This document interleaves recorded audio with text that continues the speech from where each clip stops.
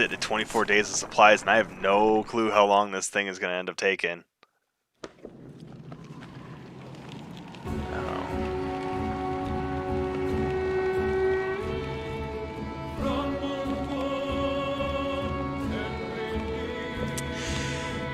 Well, obviously there's a few people here. You find a surprising number of people camped out at the Godstone. They've been here quite a while, ever since the sun stopped. Apparently they think Radomir, the sun god, has come back, and they're worshipping him despite the bleak environment. Praise the sun indeed. They welcome the caravan, mingling and swapping stories with the others while you rest.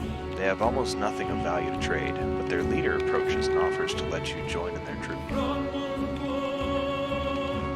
As with this tribute involves, Golenfjord, one says, showing you a golden liquid in a silver bowl. He places some on his chest, which almost sounds like it's sizzling, and explains through clenched teeth it's a gift from the sun god, an oil that burns like the sun and lets them see things clearly.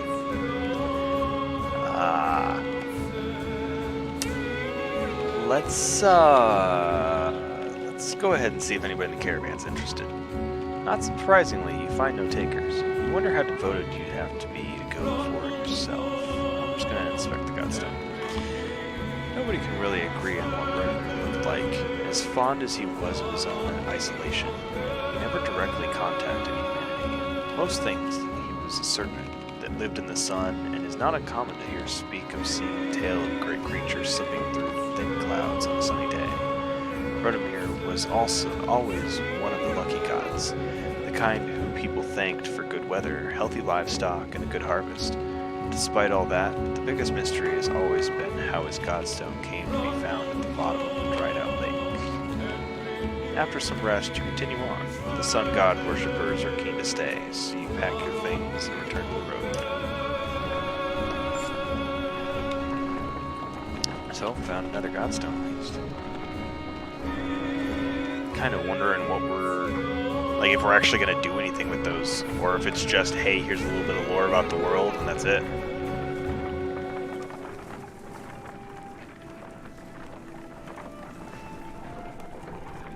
I mean, it's nice and barren, though, that's for sure. Morale's declining, we're sitting at normal still.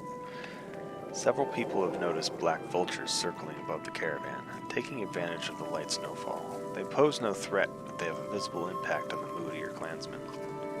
The next time you look back, Odd is firing arrows into the air, which nearly tag the birds once or twice.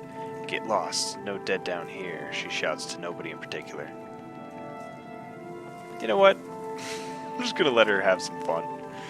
After a couple more shots, she manages to tag one of the vultures, which falls out of the sky. She recovers it, laughing to herself, and comes to show you the black feathers. You know, says Odd, scanning the caravan. A lot of these women, they could do this. You can tell from the look in her eyes she's excited about the idea. I think I'm going to start training them how to fight. You know what? Yeah. We can always use more fighters, you tell Odd. If Alette is any proof, you know how to train someone with a bow. Odd gives you a smile. She heads off to some of the women in the caravan, showing them the vulture she shot down.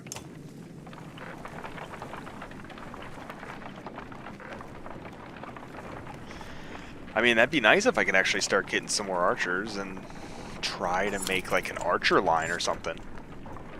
Oh yeah, morale's been poor. We'll let them rest a little bit. What do you have for us? Just take it easy for a while. People are noticing. Oh, they noticed, have they? We're on the edge of dying daily and you want me to take it easy? Gods, I should be plowing twice as many fields, you understand? Don't get us thrown out of this caravan, Mogan. It's not just you who suffers. Right, so you get married, have kids, now I'm supposed to settle down too, yeah? What happened to... The troop brothers clam up as you approach. That's right, I've got a kid to take care of. Cool your head, Mogan. Hogan departs, leaving Mogan looking awkward. Rook, what brings you around? Sorry, it's none of my business. No, but it's no secret. I like women, Rick. They like me. They like the scar. Forget it. Listen, all this death, every night half the caravan cries itself to sleep. Pathetic. Come on, Rook, be honest. This is good living. Half the world just tilling soil till they keel over. What kind of life is that? We're lucky. You could go your whole life with no goals, no purpose, nothing to fight against but boredom and hunger. I'm glad for all of this. You know what? I get what you're saying. Look at it like this. We're fighting to the death almost every day, yeah? You can curl up in a little ball of fear, you can go hide in the woods eating nuts and appreciating leaves or some nonsense. Or you can enjoy the struggle. Know which one I pick? Anyway, just so you know, I'd never go for a let, promise you that. Or Oddliff, all yours. Appreciate it, Mogan. You depart unsure whether your opinion of Mogan changed for the better or worse. A woman's stifled screams fail to overly concern anyone. It was only a matter of time before the expected mother gave birth. The caravan is simply excited by this first sign of new life since the trip began. Call for a day of rest and celebration. The baby's cries replace the mother's. The entire caravan cheers. You raise your drink to the family, saying, "Tomorrow we rest and feast to the strength and long life." Again, everyone cheers, glad to forget their worries for some small time. Bump up morale a big chunk there. Use up a whole bunch of supplies and then morale decline again. I'm hoping this is the city. Sitting at 16 days. It's a little spicy.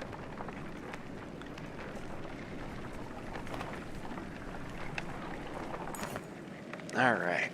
A well-tended farm with plenty of livestock draws the caravan's attention. Upon your arrival, the farmer and his workers stand defensively within plain sight. Crude weapons at the ready. Their crossed arms make their thoughts clear without a word. Let's just offer some kind of trade for the livestock. No big surprise you'd be more interested in the animals than me and mine, he says and spits. The answer is no, and I'll have these men watching you, so none of my livestock just happens to follow you away. I mean, okay, I'm not doing anything to you, sure. It's his is his, you say to the caravan. No sense fighting those trying to protect themselves. Grumbling bounces around through the clansmen, but the caravan is once again moving.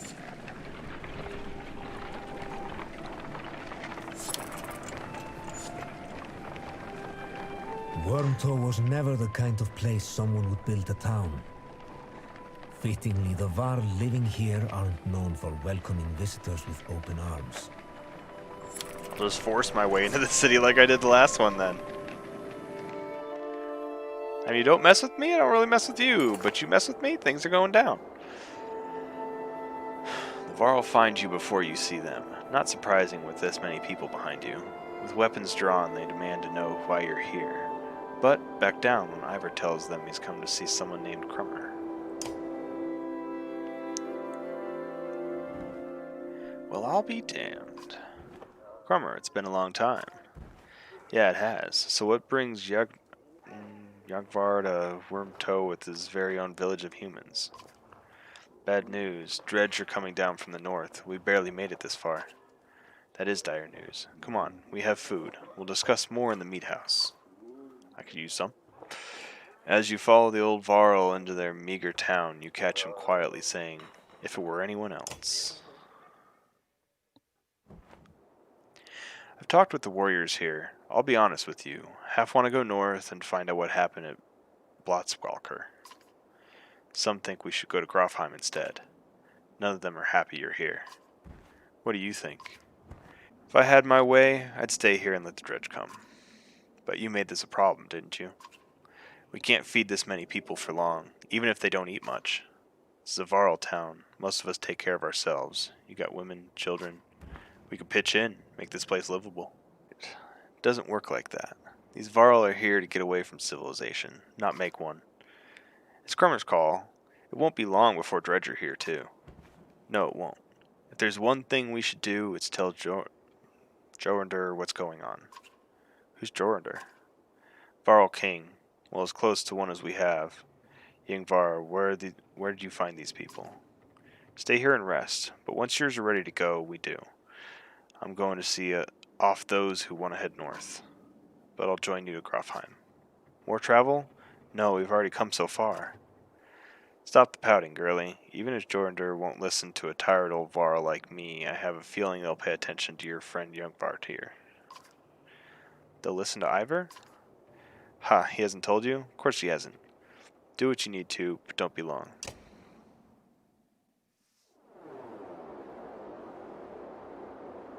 Okay, let's get a little bit more conversation in, then try and buy some supplies. Kramer, can you spare a moment? Mostly no, but I'll try. Never had a moment to thank you for your hospitality. Consider it done then. How'd you get all these Varl to follow you? Respect, young one. After the Second Great War, wasn't much left for me to do, so I started training other Varl to fight. Got tired of that, made a place in Wormtoe. They still come calling, even with no wars to speak of. Seems like that might be changing though, don't it? So who is Youngvar? Ha, I'm not surprised he never told you. I'm just surprised he can stand being around anyone at all.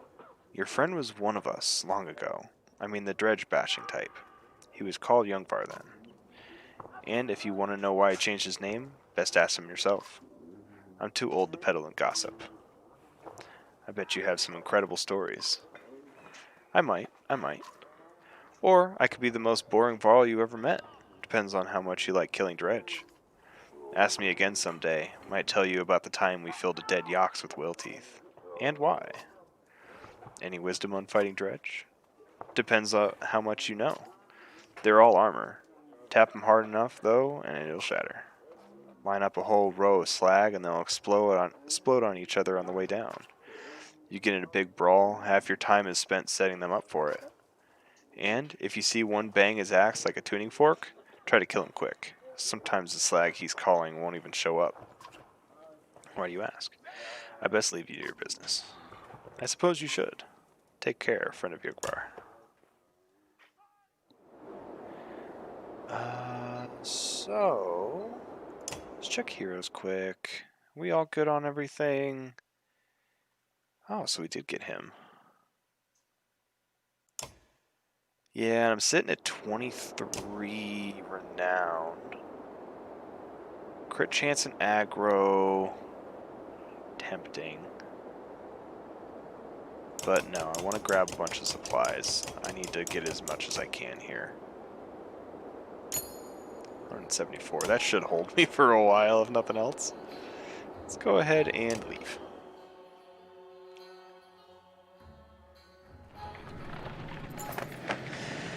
Grafheim's quite a few days out, says Krummer, but nothing worse than crossing the waves, I imagine. If there's anywhere you might be safe from dredge, it's there. You steel yourself for another long march, and half the town of Wormtoe joins you. Like how just we take half a town with us. No big. Still, it's a good chunk of people. Feel like it's gonna end up going all the way down here after a while. Get thousands of people following. As you're nodding off to sleep, shouts of fire pull you back to attention. Flames quickly consume a supply wagon and a few tents. A woman cries out, "My boy," and points to a burning tent closest to the outlying barrow. Two of the giants are motionless, staring at the spreading fire with terror in their eyes. Obviously, they can't handle fire. Organize the peasants to put out the fires. You look away from the petrified Varl and rush to help others dip blankets into water barrels to combat the fire. When the flames seem under control, you're able to retrieve the coughing boy. The ashamed Varl retreat further from camp while peasants count the lost supplies. What in the depths was that about? You mutter to yourself. Something about the fire. Odd tells you. I've heard of this before. They don't like it. Doesn't change what happened, you think to yourself.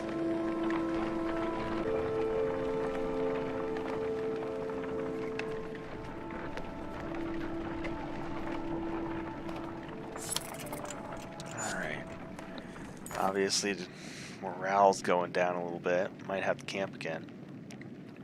Sounds of a skirmish alert you to a Varl surrounded by half a dozen armed fighters. One man spots you and shouts, "Leave us to our business. This Varl killed my father without reason." The Varl is about to respond when a man attacks. The giant swats the blade aside and silently watches for the next assault. Let's hear what the Varl has to say. The Varl shrugs, as if unconcerned, saying, "This one's father and I had a business deal. He lied. Now he's dead." "Lies?" shot the man. "You murder him over a lie, you coward?"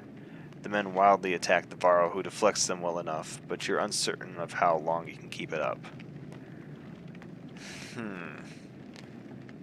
This is another tough one. So we either let the Varl, which...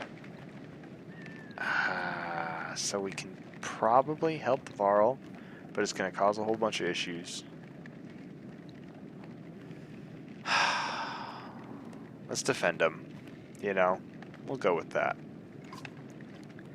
Ivor, you say. We could use any Varl with a good sword arm, couldn't we? He nods, readying his weapon. The men immediately back off. The prospect of fighting your entire army is suddenly unappealing. They watch from a distance, shouting obscenities and something about injustice. The Varl turns towards you. Didn't need the help, but if I'm going to travel, it may as well be in the company of other Varl. He falls in line with the others and you return to travel. Get one Varl. But hey, everything adds up. Honestly, the Varl seem like they could just do a huge chunk of work on their own. You haven't seen Alette for much of the day. When you do find her, she's returning to camp alone from a fair distance away, looking rather sullen. She keeps her eyes on the ground as you approach. Ask her what's going on. Feel like things are changing so quickly, she eventually confides. It's not just that. Everything is going so wrong. I've been talking to Akil a lot. This gets your attention. What has he been telling you? He told me how he and Onif are kin.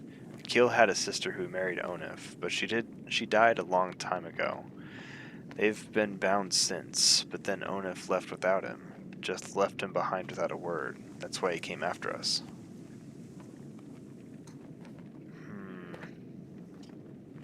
Confirm Akil's story. Eventually you find Onif back at camp and relate the story.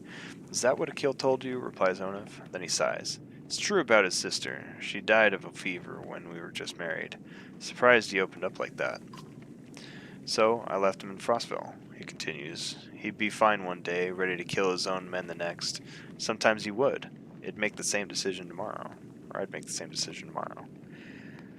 Tell Onif to keep him away from Alette.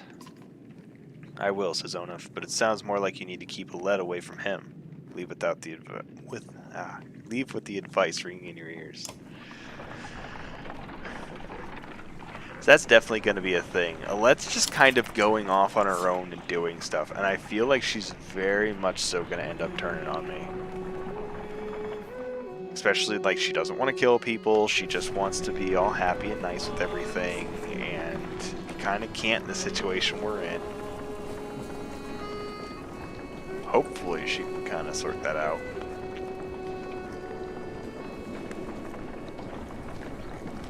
Another Godstone. Let's see what kind of stuff we have here. The Godstone of Merrick looms into view. Upon it carved a great ocean beast. Jagged stones jut out of the snow like shark fins. It's hard to imagine the Nordfelling wastes being filled with water at one time, but the Godstone stands as a reminder of the vast lake it used to look across. A blessing, shouts one of the men in your caravan, holding up what looks like a silver coin. It's a fish scale, he says, pointing out the rainbow pattern it shows in the sunlight. Soon a curious child has found another hiding in the snow, and then a third is discovered. Perhaps they'll bring us luck, you overhear, and before long the caravan has become obsessed with gathering the shining scales. You know what?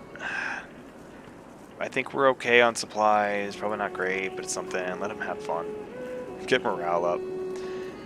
By the end of the second day, the scavenger hunt still continues unabated, and even you are starting to feel something in the back of your mind, like you need to have one of the scales. You shake it off, uncertain whether to let this continue.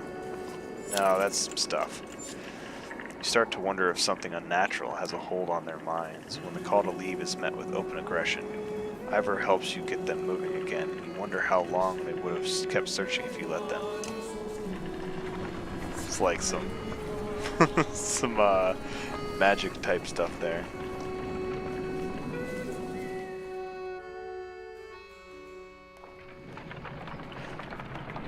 I wonder if we did stay though.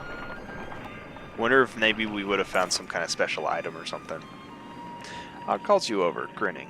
A row of women holding bows, of differing age and experience, line up before a row of trees in the distance. They fire, doing an impressive job of hitting the trunks. I think they're ready to fill some dredge with feathers. One woman still hasn't shot her arrow. She stands perfectly still. The others watch. Just as the winds shift, she lets go, and her arrow flies not into one of the trees, but a snow rabbit that had scurried from underneath.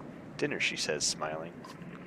A group of men from the caravan approach. Listen here, says one. Practice all you want. My wife isn't fighting Dredge. The other men agree in chorus. We don't want to see a battlefield full of dead wives and daughters. Honestly, though, they're good. Like, everybody needs to be able to handle themselves. I'm going to stand by them becoming fighters. The men argue their point, but eventually relent. Thanks, said Odd. To be honest, it was harder than I expected, but the more people who can hold their own, the better. The women returned to camp, not just as clansmen, but as fighters. Like, obviously I want everybody to survive all this. You know, I feel like I'm going to need as many people as I can, but who knows. Some clansmen have discovered a large patch of wild fruit. When you approach, you see some people have begun to sample them. A mother frets about whether they're safe after overhearing one of the children say that it tastes funny. Others start gathering by the basketful.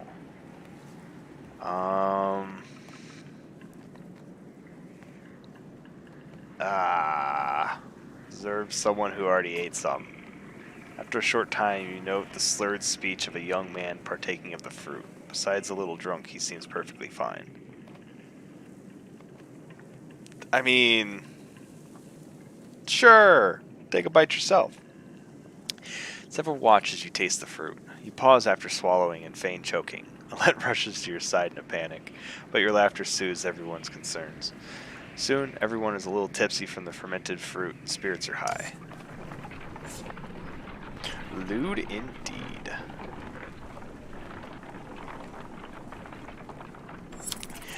Sitting here on day 83. Alright, you hear a whistle on the wind and spot a long line of Varl up ahead, heading towards you. Behind them is a swarm of dredge and a trail of bodies, leading off into the distance. Get down there, barks Grummer. Alright.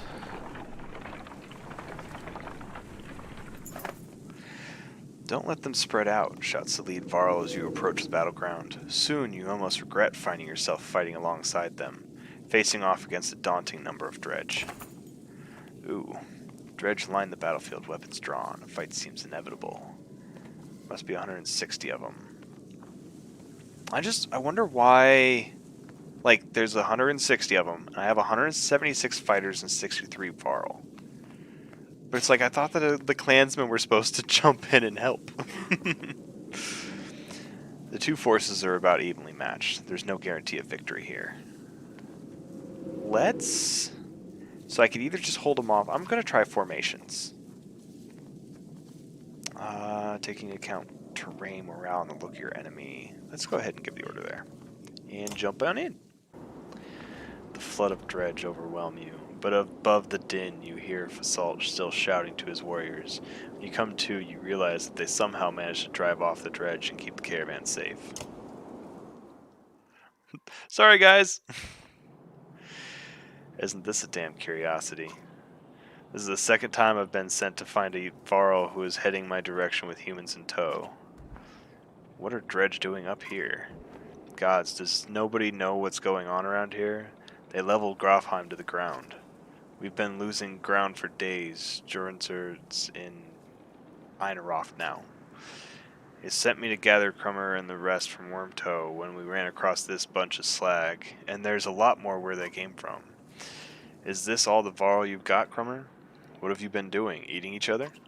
Many went to Blotzbalker. Are you telling me Grofheim is completely gone? And Wagner's dead. Slag on our heels. The Varl you sent off north are probably dead. The world's ending. Come on, this is old news. We're gathering in Arnhof. That's where we need to go right now. Wait. Fasalt takes a long moment to look out over the caravan of men, women, and children behind you. Not them. What do you mean, not them? Unless you're king or a mender, humans don't step foot in Eineroft. Now isn't the time for this discussion. Damn it, Fasalt, who cares about that? What in the depths happened to Grofheim? Before Fasal can reply, a low rumble grabs your attention, growing louder by the moment.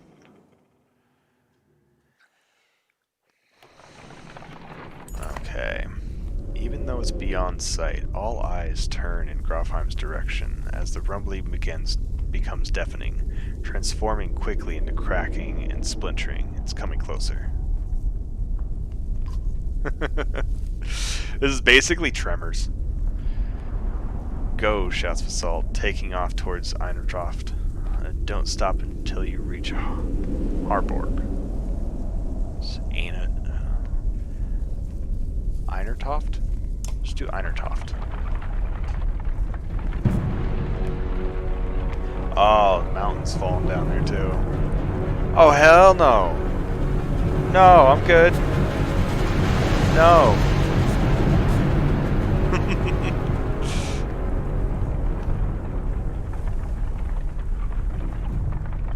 And there's the IBS. And the whole, just everything's just reshaping. This is so not going to be good. We're going to get up here and try to defend this.